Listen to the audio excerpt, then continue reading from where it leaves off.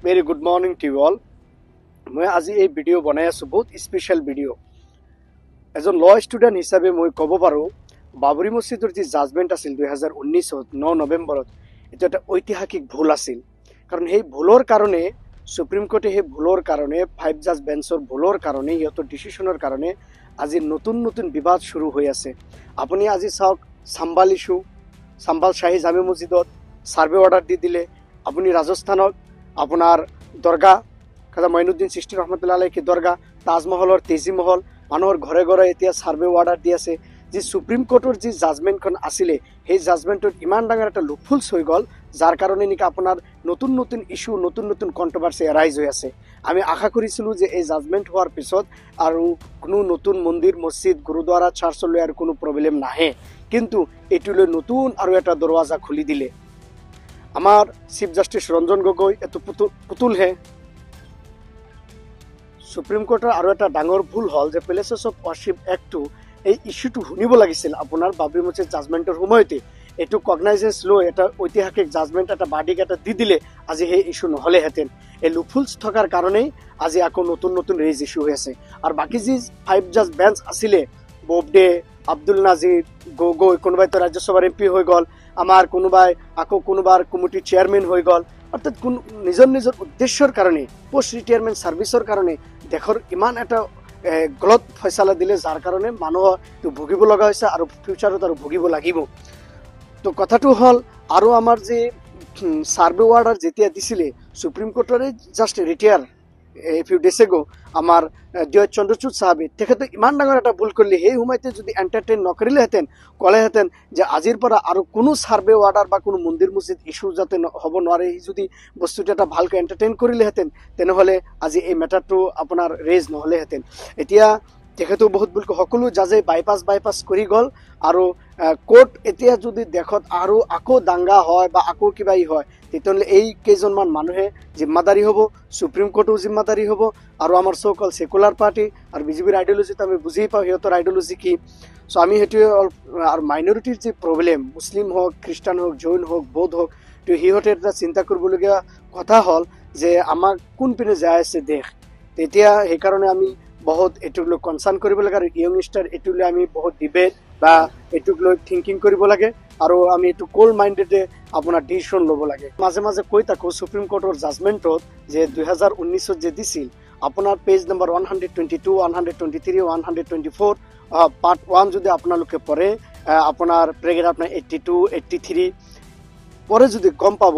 যে মই যোৱাকালি ৰাতি পঢ়িছোঁ যে সুপ্ৰিম কোৰ্টৰ জাজমেণ্টত সিহঁতে কৈছে যে places of worship act is one of the basic structure of the constitution, আৰু এইটো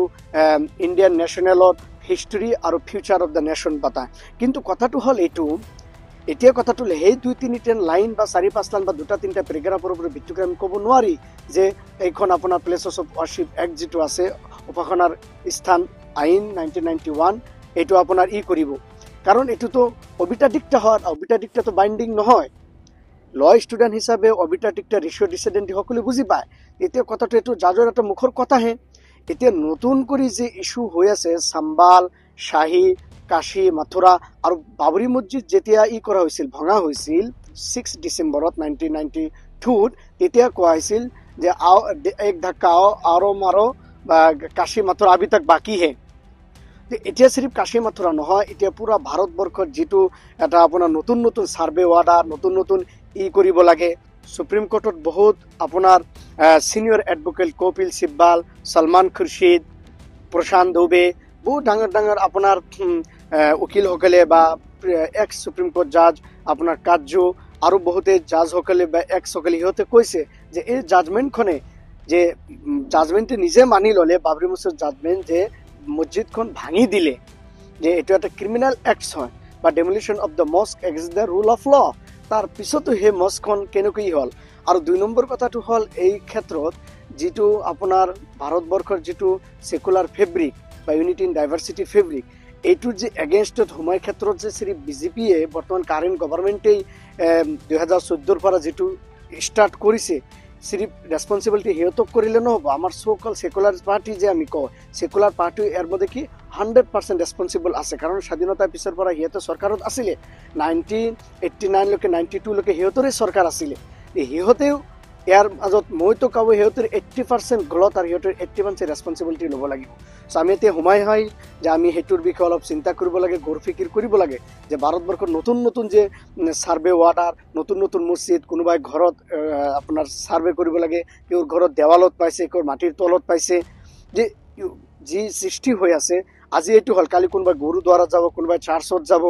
কিন্তু সরকার তো এনে নাথাকে কেইদিনমান পিছত আকৌ কোনো সরকার বদলি হৈ যে নহয় এই মন্দিৰৰ পিছত আকৌ মছজিদ আছিলে যে ঘটনাটো এনেকুৱা এই মেটাৰটো চিন্তা কৰাৰ সময় হ'ল আৰু এই মেটাৰটো ফিউচাৰ কি হয় ক'ব পৰা নাযায় যি চলি আৰু যদি সুপ্ৰিম কোর্টে রায় দি দিয়ে যে places of worship act is a unconstitutional নাল এণ্ড ভয়েড তেনেহ'লে বুজা যাব আৰু যে কিমান ডাঙৰ ডাঙৰ আপোনাৰ ইস্যু ৰাইজ হ'ব আমি কল্পনাৰ বাহিৰত সেইকাৰণে এইটো ইউৰোপিয়ান কাউন্ট্রি নিউজত সদায় চলি থাকে 2 সপ্তাহ বা 3 সপ্তাহ যে সময় দিছে সেন্ট্রাল গভর্নমেন্টক যে সিহঁতে এই প্লেসেস অফ ওয়ার্শিপ অ্যাক্টৰ ওপৰত সিহঁতে ষ্টাণ্ড কি এতিয়া কথাটো হ'ল সেন্ট্রাল গভর্নমেন্টে যেহেতু এই কানুন পার্লামেন্টের দ্বারা পাস করা হয়েছে আপনার সেন্ট্রাল গভর্নমেন্টর বা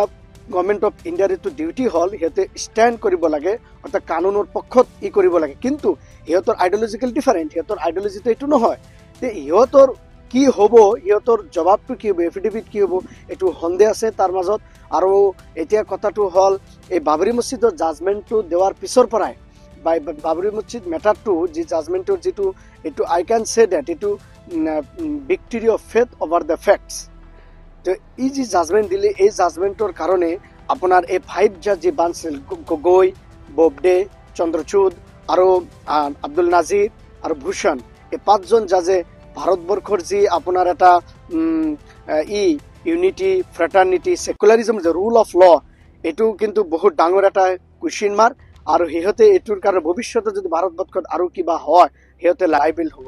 সিহঁতে ভাবিছিলে যে আমি এইটো ডিসিশন কৰাৰ পিছত মেটাৰটো কনক্লুড হৈ যাব নে নহয় এতিয়া দেখক নতুন মেটাৰ হৈ আছে আপোনাৰ প্লেসেস অফ ওয়াৰ্শিপ অ্যাক্ট লৈ সুপ্ৰিম কোৰ্টত যি